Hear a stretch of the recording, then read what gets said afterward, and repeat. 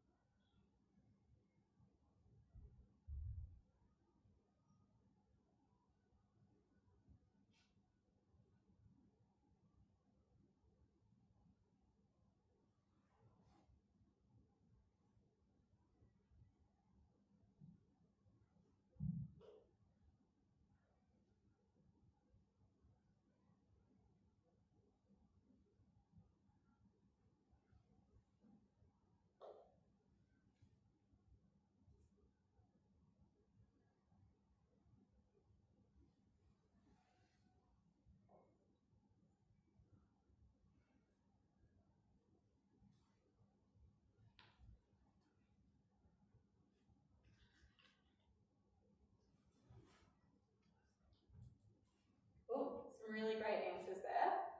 And it looks like hydration has actually come out the most popular.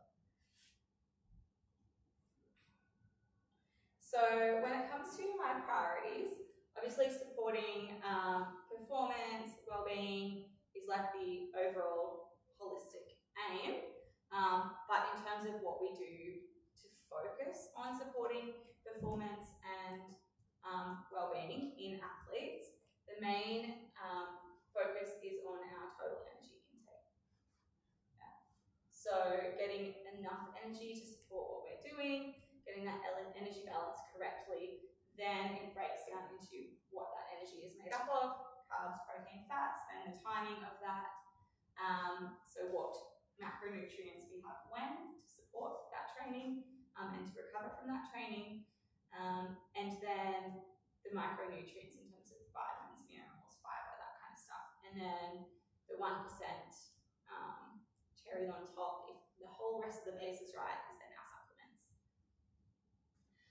So I always think it's important to cover that, because a lot of the questions I get from the athletes are about the very top end and never about the most impactful stuff down the bottom. So the way I like to describe supplements is the sprinkles on top of the icing on top of the cake. If you don't have the cake and the icing, the sprinkles are pretty useless.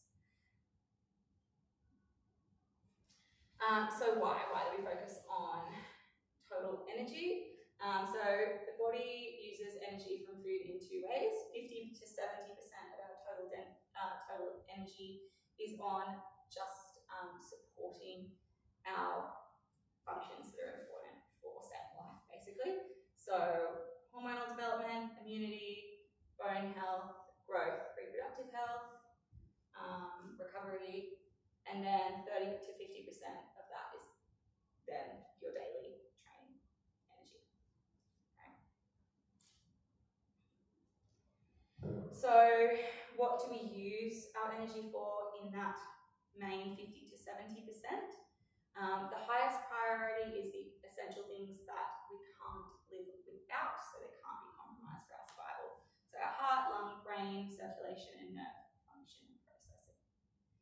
Then middle priority is things that can be compromised to some degree, but if they get too compromised, we can't survive. So that's our ability to regulate our temperature, ability to move and to grow. And then the things that are lowest priority that our body kind of stops or dampens down in response to first to keep us surviving are our hormones, our immune system, digestion, bone health, thinking, decision making. So they're not needed for survival, right? So the way that I like to explain this when I'm talking to an athlete is they will have a smartphone, and everyone's familiar when your smartphone goes into power saving mode and everything in the background kind of stops, the screen dims to kind of keep that battery lasting for as long as possible. That's basically when we're in low energy availability and our body is stopping or reducing some of the function of that expandable stuff. And it's just a really simple, relatable way to kind of explain to them what's happening when their menstrual cycle changes, or they're getting stress fractures, or they're getting sick more often, in a familiar way that they can generally understand. So when that happens, it's because we're not getting enough energy in, and that might be from a few different scenarios. So we've got our battery full in the middle, where we're eating enough to support our energy demand for training and our energy requirement for life. Then we've got, insufficient energy intake, where, we're not meeting enough for our energy demand for life, and then we've got training on top of that. You can see that actual training in these two is the same.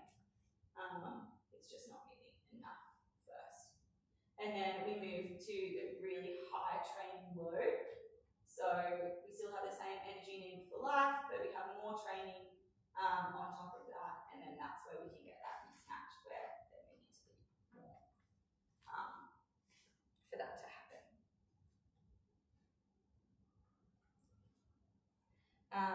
And then if we are in that low power mode, that's when we do end up in low energy availability, relative energy deficiency.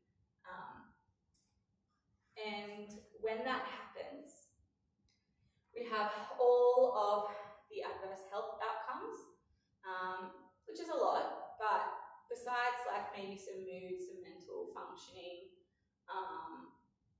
some impaired energy, the athletes generally don't care about that stuff, so it's really hard to get buy-in to talk to them about that kind of stuff. But they're the things that you can definitely notice as flags for you guys, or that person's a bit irritable more than usual, or they're, seeming really tired quite often, quite flat. They're really getting sick a lot. They're getting these niggly injuries a lot. They're those red flags for you guys to pick up on in the back of your head and be like having those conversations. Like, oh, I've noticed that, you have been getting sick a lot lately. What's going on? Maybe you should see doc, sports dietitian, kind of making those referrals, just checking in. But where I do get a lot of buy-in with them is they're athletes that care about their performance. So there's no point in working hard with all that training if they're not going to get the desired training outcomes from that, okay? So, they're not available to train because they're sick or injured. They get a decreased training response. They get decreased recovery, decreased cognitive performance and skill, decision-making in training, decreased motivation to train, decreased muscle strength, decreased endurance performance, and decreased power performance. So often they're trying to achieve at least one of these things as a really main focus. It's like, well, you can't do that if you're not getting enough. And that's typically how I get the buy-in when I'm talking about what's kind of dimmed down behind their phone screen. It's not turning on to get their battery to last as long.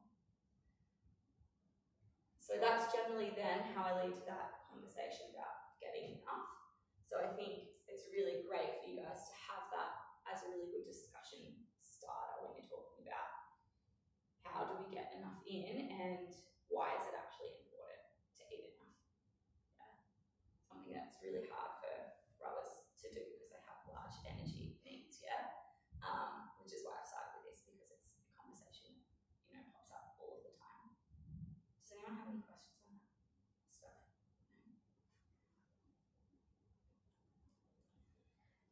So then we look at how can we then support, I guess, that increasing energy intake or maintaining enough energy intake in our daily performance environment. Okay. So the thing to remember is nutrition is a science, but eating is a behaviour. So building that environment is really key to get them to change the behaviours that we know is actually going to help their performance and their well-being. So there's a few rare people where you just tell them to do something and then they'll do it, but most of the time that's not going to happen. There's all of these things under the surface of the iceberg that impacts what they choose. So budget, finances, what they're seeing on social media, shame, skills, guilt, diet pressure, culture, mood, mental health, knowledge, cooking ability, all those kind of things impact the foods that they choose. Plus, throw in, performance, generally trying to achieve something behind what they're doing. So the things I focus on typically are trying to make it enjoyable, so foods they actually like, focus on adding flavour, things that they're actually going to do, and making things simple. So this is kind of where you guys can help come in terms of setting up that environment to make it obvious, make it really encouraging for them to eat more.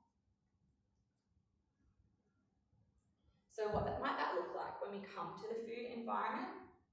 So it's important to recognise the role of food and eating is for enjoyment and pleasure in addition to its role in performance. So every food holds a place and a purpose. And then ensure that we're offering opportunities to consume food around training sessions is a really big one, particularly when it's school-based athletes, when they've got to go then to the learning environment, or they're coming from the learning environment. It's a really big day, lots going on. They often also are the ones that don't want to take responsibility for their own food, and struggling to take responsibility for their own food. So having that supported from the environment that you guys are creating is really helpful. So what might that look like? Having a relaxed area for them to sit and eat the food that they've actually packed prior to and after training sessions is like a really simple one, just having a nice space for that. Allowing them to have access to a fridge, cutlery, sink, so their food needs storage or a little bit of prep, or they're not going to remember food and knife and fork. It's just going to happen. So it's just supporting them to actually consume food that they're bringing themselves. If the budget allows, providing some food options pre and post is really great, but can be really tricky on a budget. And encouraging the athletes to have extra bottles of fluid in the tinny is a really big one. That's quite easy. I have a lot of athletes that struggle when they're on the water to actually get enough in, and they never want to take extra on the boat because they've got to carry it fair. But just saying, can you have that conversation? Do you feel like you can put an extra bottle in the tinny and you can swap it out when your bottle's empty? Because if you're out there for 2 hours and you're only having 750 mils and it's somewhere in Canberra, it's not going to cut it. So that's like a really easy one that can then also be led by you guys saying, hey, it's going to be hot tomorrow. You can bring an extra bottle. Just stick it in the tinny, swap it over, let me know. And then again, emergency snack box in the tinny. Someone's looking really flat, they've missed their fueling, just shelf stable stuff like lollies, electrolytes, gels, fruit sticks are like a really good one. 30 grams of carbs in those little fruit sticks, and you can get 25 packs for like $5. Powerade powder, like those type of things. Again, because you want to encourage them to make their own choices and be prepared, but also support is there if, you know, they inevitably forget sometimes. Yeah. What's your advice in wording it to teenage girls? We're actually going to go through some language stuff today. Sweet. Which I think, and we can do that as a specific example and switch over. So yeah, because I've got quite a few slides on just language, because it actually really does impact. And structuring team social eating opportunities as well is another good one. So if you're having like a team meeting, maybe make it around some food so there is like some social connecting. It's just normalizing eating in front of other people as well. It can also be a really good way to pick up some red flags and identify that something is wrong early on. And you know, you can rotate these and make it fun. Like, hey, this is your group. You guys are in charge of like our meeting snacks today, like this week. And then everyone kind of has a turn. They get some responsibility as well. So it doesn't have to be all on you or, you know, whoever's managing it. It kind of is on them as well.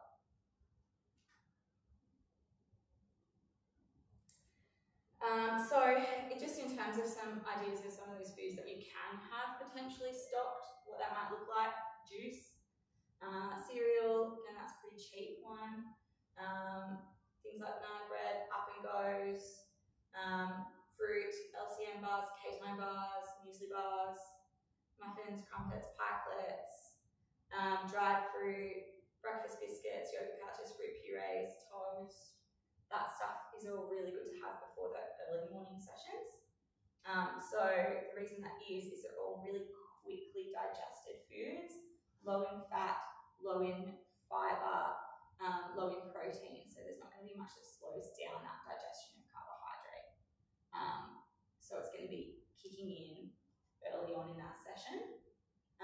So if they're stumbling through the doors at 6 a.m. and they haven't eaten anything, they can grab something in them pretty quick, and it's going to actually serve the purpose it needs to without causing them any gut upset or anything like that.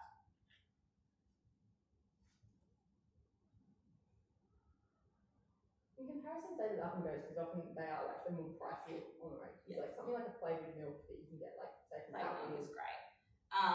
And also like even an easier, cheaper option as well is the mix up. It'll come to me. Sustagen, thank you.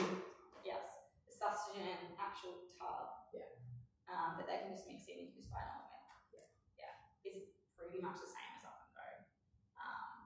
But it's just a heaps cheaper way of doing it as well. It's also if they're travelling, that's what I encourage them to take, like just Sustagen tin. So it can be similar as well.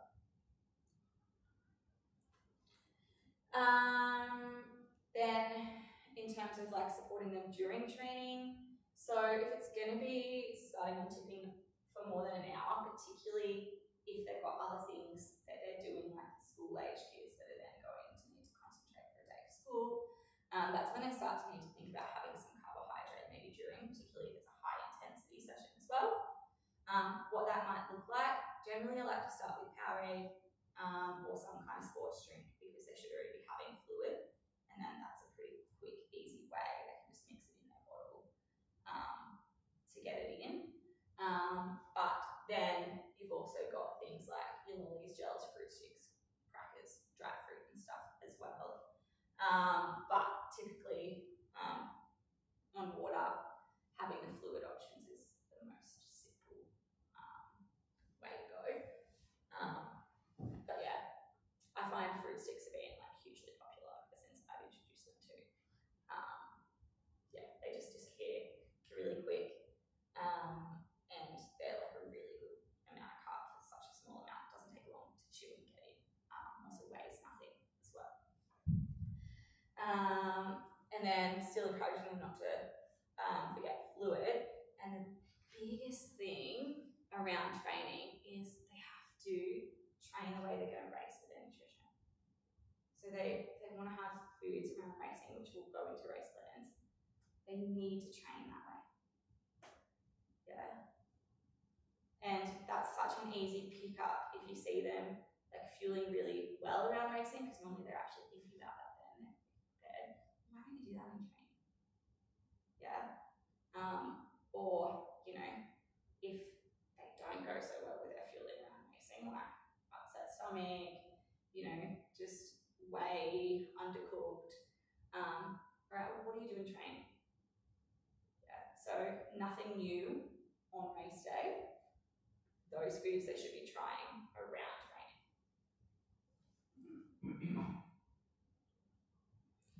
And then fueling for the early morning sessions afterwards, ways that you can support the environment. The milk-based stuff is really easy. Again, having some toast and spreads, some yogurt. If you have a fridge, they can bring things like overnight oats or whatever. They can make it home. Like, if they don't have a meal, having something is better than nothing. So a meal drinking a muesli bar, like, well, it's not enough, but it's better than you not having anything. And that's where supporting an environment comes in. You can like fill those gaps where if they're not going to have anything, at least there's something there for them to have. You know, you've got things like baked beans on toast, cereal and milk, oats and fruit, yogurt, and then there's some higher prep things that obviously you guys can't necessarily do, although, you know, toasted sandwich makers, depending what facilities you guys have and stuff like that, is pretty cool as well. So there's some overlap there between things that set up the environment before and after as well. Generally for after, can't go wrong with some dairy. Get it in pretty quick as well. On their way out the door, starts that recovery and fueling process for them. And it's a really great way. They have low appetite after training. They're busy because they're getting to school, uni, whatever. And they just struggle to get enough in. Getting a lot of energy and protein in with liquids just takes that pressure off.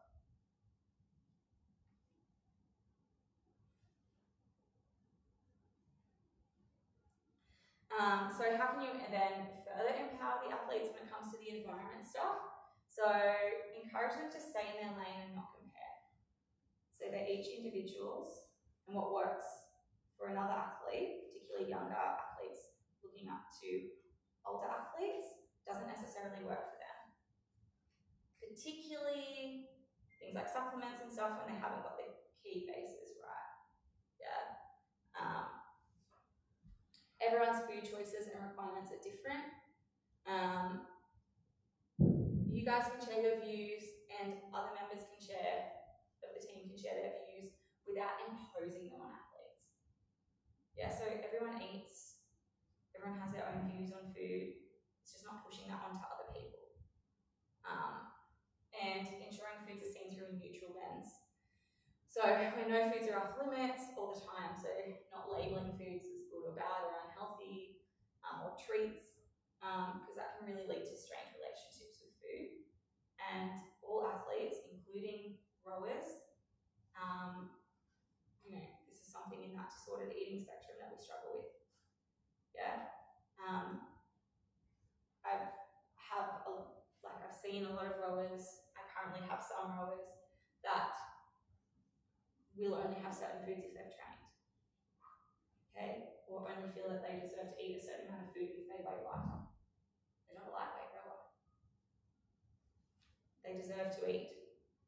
But these are these ingrained things from coming up in an environment, you know, skin folds in school age, you know, language around food really actually has quite an impact. Even really heavily discussing power to weight ratio. As soon as you say power to weight ratio to an athlete, they think they're too heavy and they think they need to weigh less. And then they'll undereat, they'll lose fat, but they'll also lose muscle, and they'll be no more powerful, and their power to weight ratio won't be any better. So instead it's then encouraging them to talk to someone so that they can optimize their food around training so they can increase their muscle mass. Yeah, and increase their power that way. And by doing that, they're probably lean out anyway. Yeah. So whether their body image is or isn't okay, they can still have that weight focus and impacts on their food choices. Yeah. And like often it can be hard to get a read on how they feel about their body image anyway, particularly for males. Yeah. Male athletes can take me quite a lot of time, or, you know, so I'm sitting there directly, be like, how do you feel about your body today? They'll be like, oh, and then all of a sudden they're like, well, actually, and then here's all this stuff that I've been holding on to for like 10 years about how I feel about my body and how to weigh and my scales and how much it impacts on my food choices. So it's something that really sits under the surface, and it's just really key to be aware how that does actually set up the environment and impact their choices. So again, focus on comments relating to function of their body rather than appearance. So the biggest word flip you can do is stop using the word look. Yeah, so many other words you can use for look. Just choose another one. Yeah. And yeah, choosing how their body is moving in the boat today, for example, instead of you looked really good in the water. Because we will talk about in a second how that perception of something like that is talking about. You moved really well today. Really different in terms of narrowing how that comment is perceived. And prioritising well-being alongside performance, and then noticing any of those red flags or things just with kindness. So it's just a really safe, like, comment aside. I've noticed you're sick a lot lately. Like, how you doing? It doesn't have to be like a big thing, but you guys are the ones that see them every day, so you're the best people to pick up on that. Yeah, and pick up on it early. And you're generally a really safe space for them to actually hold those conversations with as well.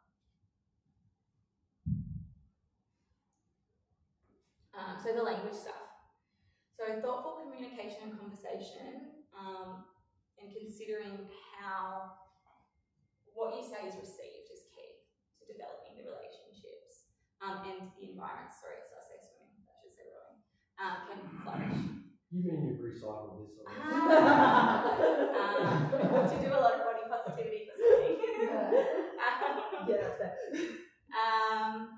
What we say and do really matters. And you can control what you say, but you can't control how someone else perceives what you've said. So there's that grey area in the middle that we want to reduce as much as possible. Yeah? So your intent versus the impact of what you've said. So what we think, what we can actually put into words, what we say to other people, then what other people actually hear, and then over here it's how it can be interpreted. Yeah. So it's just reducing that messiness as much as possible. So we have this thing that we call fundamental attribution for error, and it's the biases you don't know you have. So a rower has come back from a break. It is easily apparent to the coach that they've lost a considerable amount of weight. The coach is being told by others that the rower's Instagram over the break was full of body-centric photos posted at the beach, wearing very little, as well as photos out with friends in the evenings sipping on cocktails. The rower seems very distracted by social chat at training, as well as not following instructions and not turning up prepared with fluid or fuel, seemingly in a very avoidant way. When the coach singles out the rower for not paying attention, they're always defensive and talks back. You don't have to say out loud, you can share if you want to, but just think, what physical shape did you picture that person to be in? And what gender did you perceive that person to be? Thin, white, female? Yeah? There's no mention of female, there's no mention of race, of actual body type. And that's our biases that we don't know that we have. Yeah. Then, how might you as a coach perceive the rower's commitment to training at that moment? They're not really in it right now. Something might be going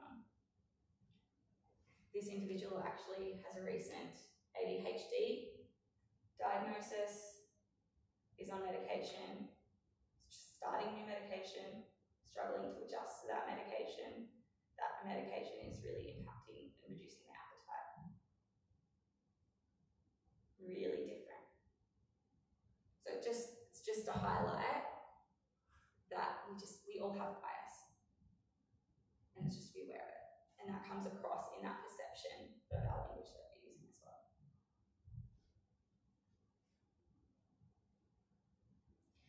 All right, so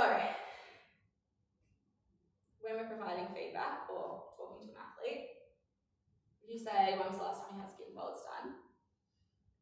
Some ways it might be perceived by the athlete, I must look bigger than normal today.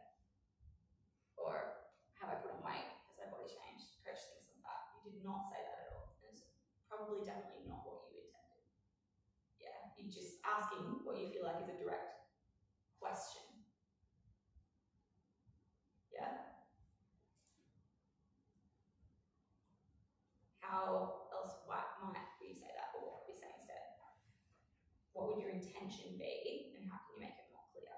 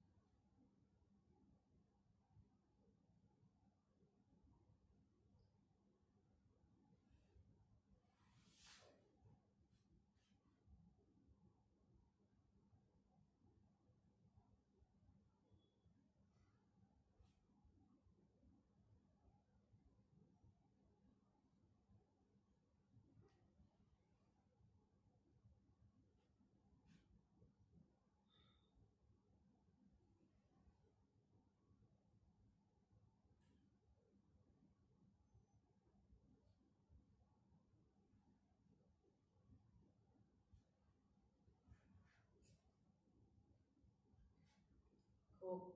Love, has your support team done any recent assessments to help track performance and recovery? Have you been checking in with nutritional support or your support team? Have you identified any focuses together? Or even if you've identified a focus with them, have you checked in your support team around the focus that we've chatted about? Depending on if they know you're using the word biometric testing in place of skin folds, it can still have the same effect. If we say it's about time we do testing again. So I'd probably only use that as a blanket if it covers a lot of testing. If you just swap one word out for another, it's kind of going to have the same impact.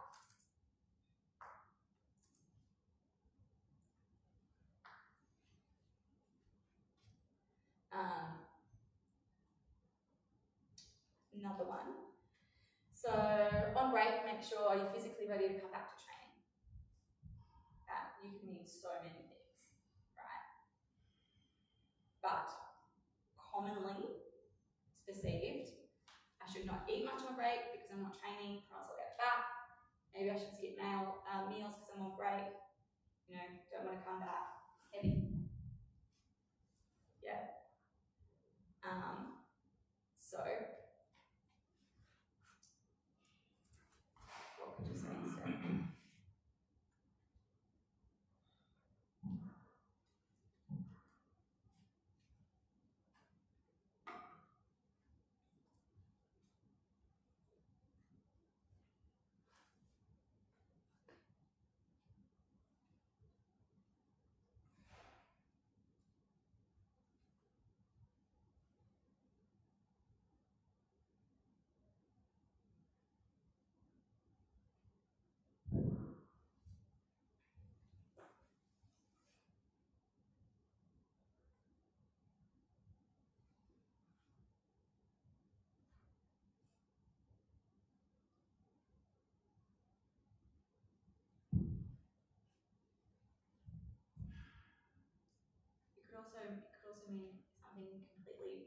not related to performance in their bodies. Like, I mean, you're actually like have a break, so you switch off, so you're actually ready to show up next year. Like, time off is important. Like, it depends what you like are actually intending, but that's why it's like make that intent of that statement clear. Yeah. So you wouldn't use words like healthy or prepared even, like preparation, because that has implications as well in their own right. It just depends. Like, and I mean, you know your athletes as well. But yeah, just say like, what are you? So like the break is great chance to recharge, keep your body moving, way that feels good. Do something that's not rowing if you want to. Like, you know, it's like that permission to actually rest, which is generally what the break is serving. Yeah. You know, generally they'll already have, you know, you guys would have already worked out a program for their loading or whatever over that time anyway. So yeah, enjoy your break, take time, rest, recover, come back ready to dig in next year. Like, you know, it doesn't have to be anything to do with weight. Their bodies are going to change as training changes a little bit. It's going to change right back anyway. Yeah, particularly for athletes such as rowers with such high energy needs, getting their energy availability up a little bit over a break is, you know, kind of a good thing. Yeah, they're already going to be stressing about it, a lot of them.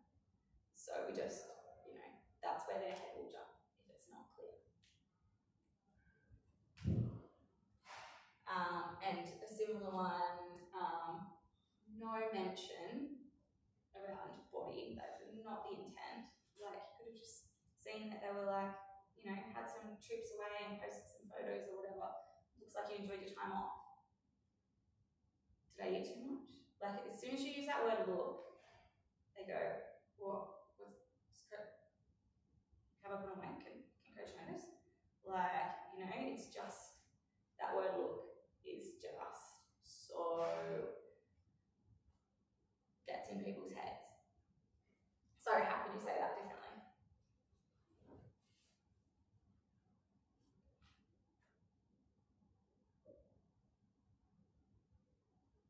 Yeah. Sometimes it's as simple as that, just flipping a word.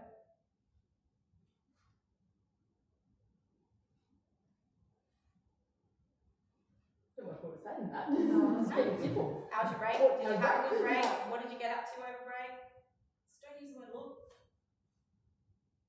Yeah. Cool.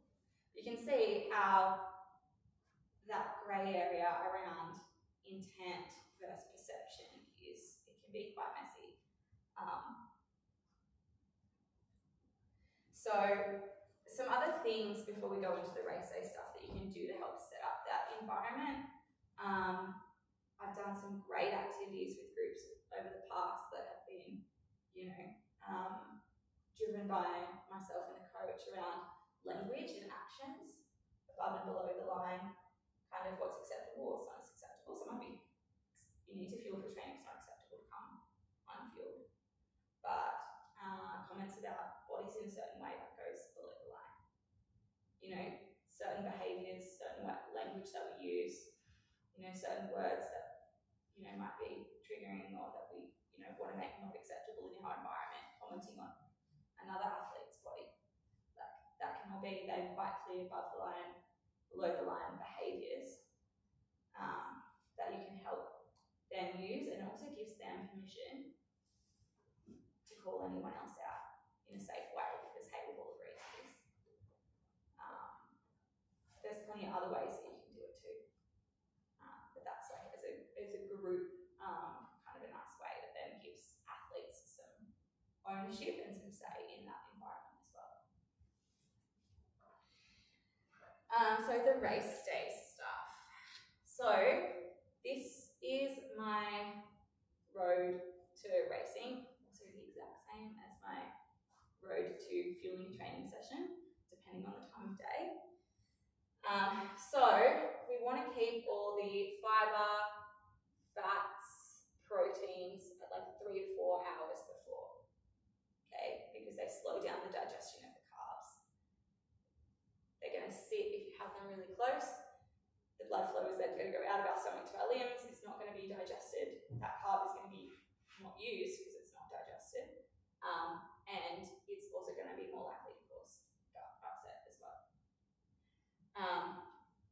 So really easy if it's afternoon to do that. If it's morning, they just don't have a really big main meal. They go more so to the mostly carb-based, easy to digest meal. Yeah, and the same for race day, exact same thing. So we then go to like 1 to 2 hours before.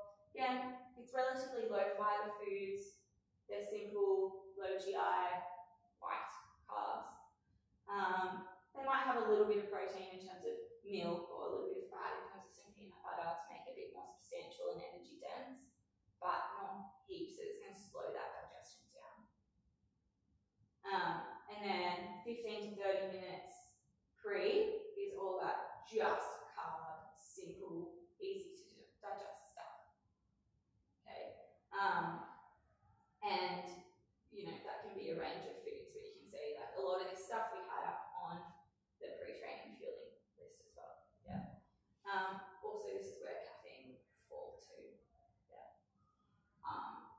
So again, it actually makes it quite easy, particularly when we have so much early morning training in rowing, to fuel them for early morning racing, because it should be really a familiar, easy transition for them. And a lot of that stuff is quite portable, when we're racing away and stuff like that as well. Cereals, yogurts, bread. And then this is another thing around commission, all foods hold a place and a purpose. Okay? Just as beneficial as something like this before racing. But it's letting them know that that permission and that view is okay. Often it's mum and dad that feel very wrong about this. Yeah. So how do we figure it out? Based on those timings, you'll see there's kind of bigger snaps, and then it's kind of like 2 hours before. Yeah. And then I try to always have a primer, particularly on race day, because over that whole thing, it is quite hard to get enough in. So if you rely just on the key eatings and then not having a top up before, the top up before is good for the performance, but also over the whole day, getting enough in, particularly if it's going to be multi-days of racing as well, then it's even more beneficial. So this is just an example. If we're racing at 7:30, breakfast 5:30, primer 15 minutes before, caffeine 15 minutes before.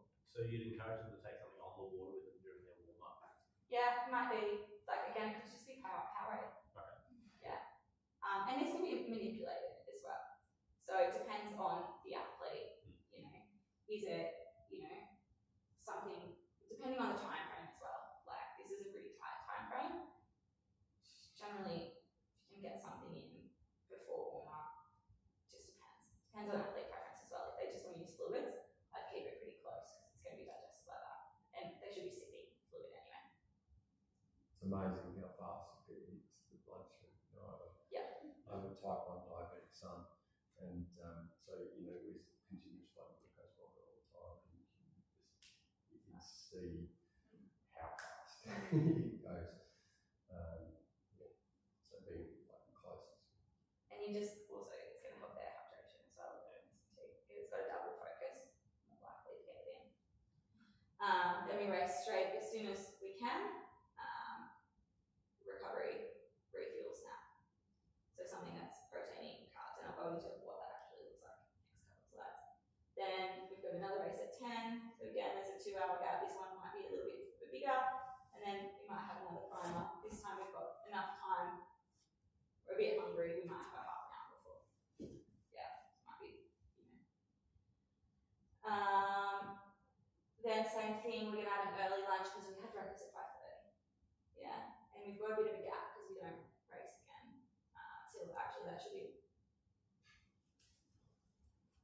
12:45, not 11:45. So you've got over 2 hours. You might have a couple of toasties or something like that. Again, not over complex, still digestible, but actually feeling decent amount of energy. Some liquids in there, juice or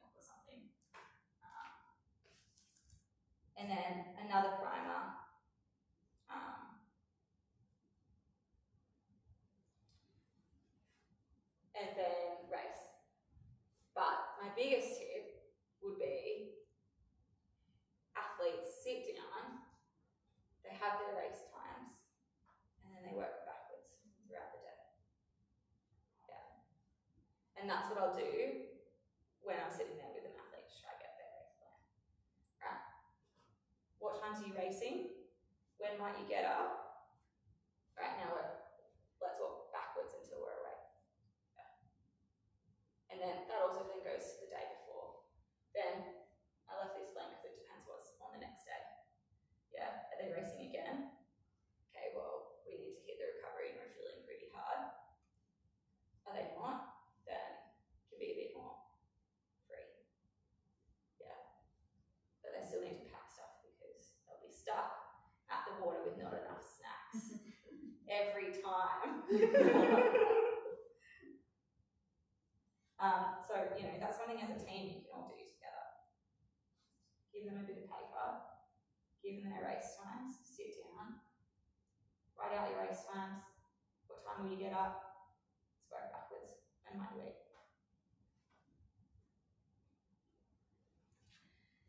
So, what might that actually look like? Dinner the night before, just heavier on the carbs, lighter on the protein, lighter on the fibre. Then adding in more carb-heavy fluid and adding some supper. Yeah, just takes the edge off fueling for the next day by making sure we have plenty of glycogen in our muscles.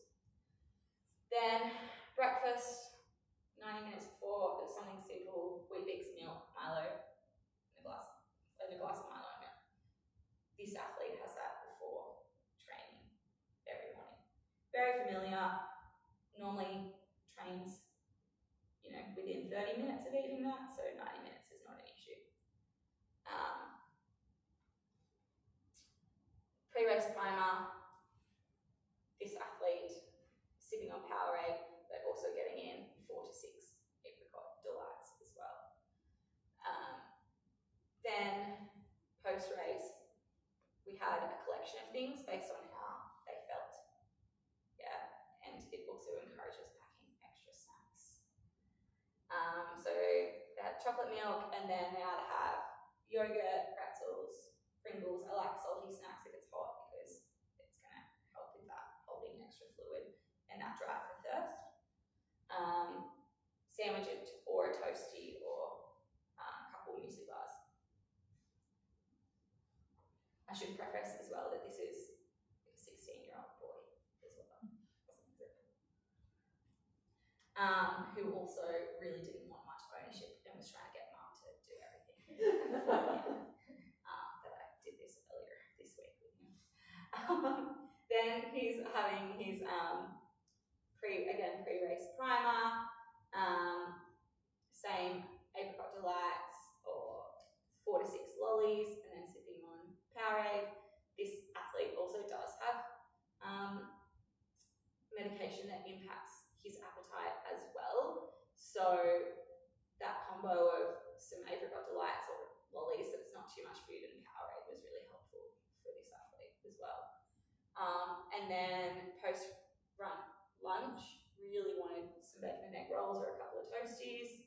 And so that's fine. We have to have a milk drink with it so that there's enough protein in there and some fluid.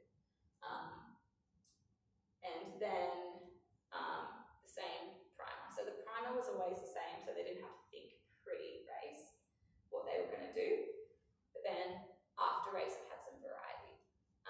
We didn't have racing the next day, so we said have a snack and a milk drink, and then it's okay for you to have a second lunch when you get home. Yeah.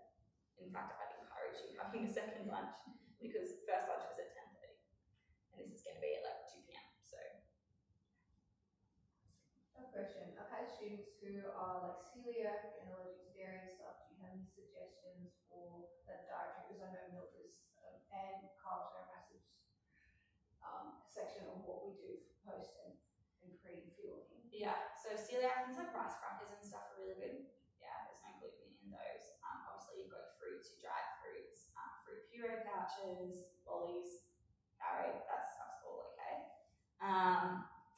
Just not like the toast and that kind of thing, although you can get gluten-free toast, but is it really good? That's that conversation as well, like, hey, what do you have before training? What do you actually like?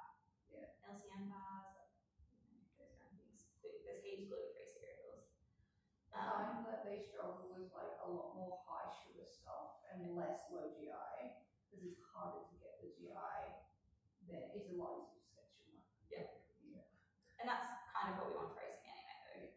Yeah. Is the low GI stuff. Because it is digested faster. And then the post stuff, the gluten-free, dairy-free up and goes. They're the same up and go, white box with a green label. So it kind of ticks everyone's boxes. Texture-wise, I do find athletes are a bit more with the up and go sometimes.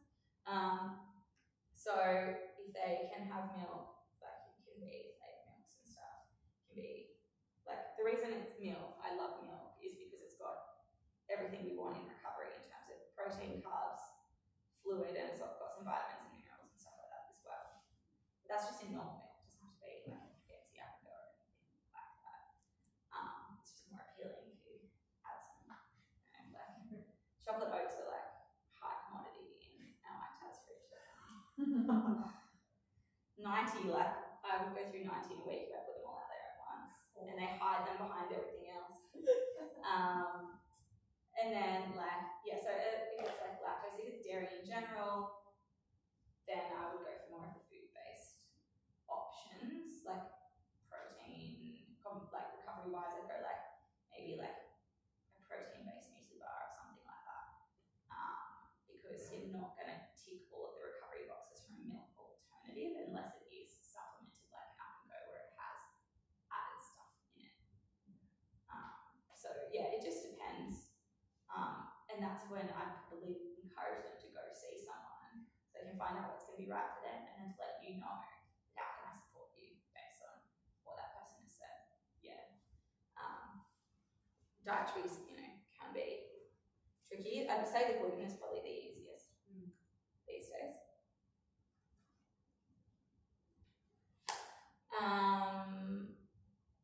Yeah, that was a good question. Did anyone ask any questions on that race stuff? I mean, that was like some of what people wanted today. So People kind of tend to lose their appetite when it's really hot, especially if it's hot for multiple days, as it always is in the last day.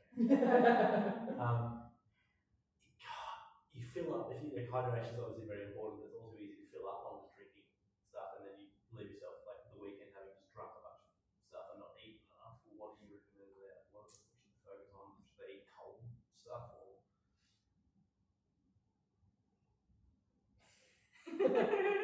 I'm glad I preempted that. So liquids, like again, it's hard to hydrate and get enough solid food in. There's nothing wrong with, smoothies, milks, yogurt pouches. Like you can pack a bloody lot in a smoothie if you've got a blender. Like throw peanut butter in there, throw oats in there, throw avocado in there, like throw everything that's energy dense in there, and you can get it in a lot easier. Yeah. Again, that's like the environment stuff as well.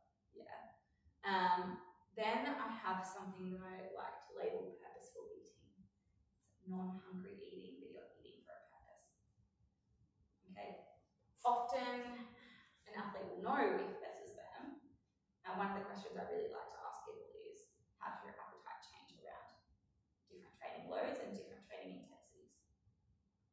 And that will give me an indicator on, are they going to have trouble with their appetite after really intense sessions? They're going to have trouble with their appetite around racing. Because then we work on strategies, but it's happening in racing, it's probably happening outside of racing too. Yeah, around those higher intensity sessions. I'll get two options there. Appetite will decrease or appetite will increase. So,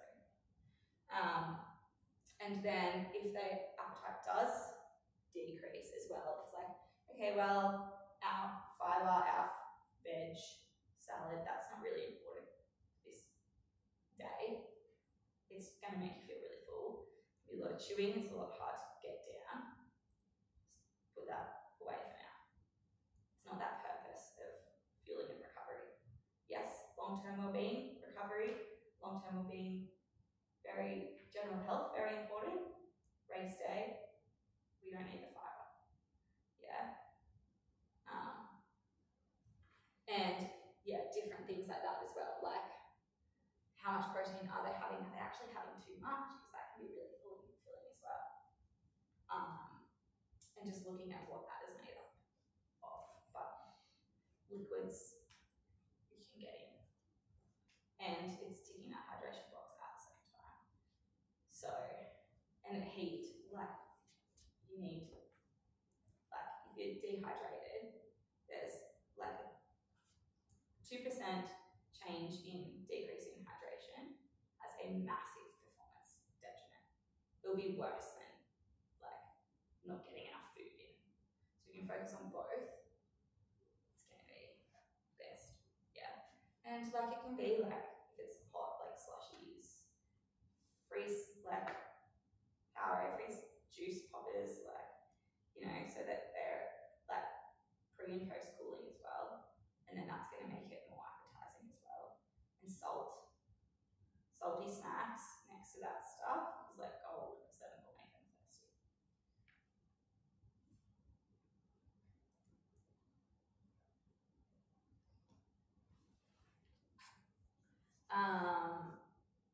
And then, yeah, being mindful of any incidental or extra exercise. Rowers seem to love cycling. So if you have an athlete that those extras or commuting activities are increasing, their training volume is also increasing, and they're kind of looking a bit cooked, getting into that low energy availability, I'd have a really serious chat to them about those extras or those commuting, and, you know, putting a cap or a limit on that, around that why and that purpose, around your intention, and being clear of the reason behind that, because yeah, it just creeps up, and when we're really struggling to get enough in general, that is one of the easiest ways to then protect their energy availability. Okay, because you don't want to change your own training. Yeah, that's got performance benefit to it. There's a reason you've programmed why you've programmed. You can control the incidentals and extras. So I just always have kind of like an understanding in the back of your mind around what they're doing in that way. Do they ride to school? You know, are they doing any other sport? They ride to all of their training and gym sessions.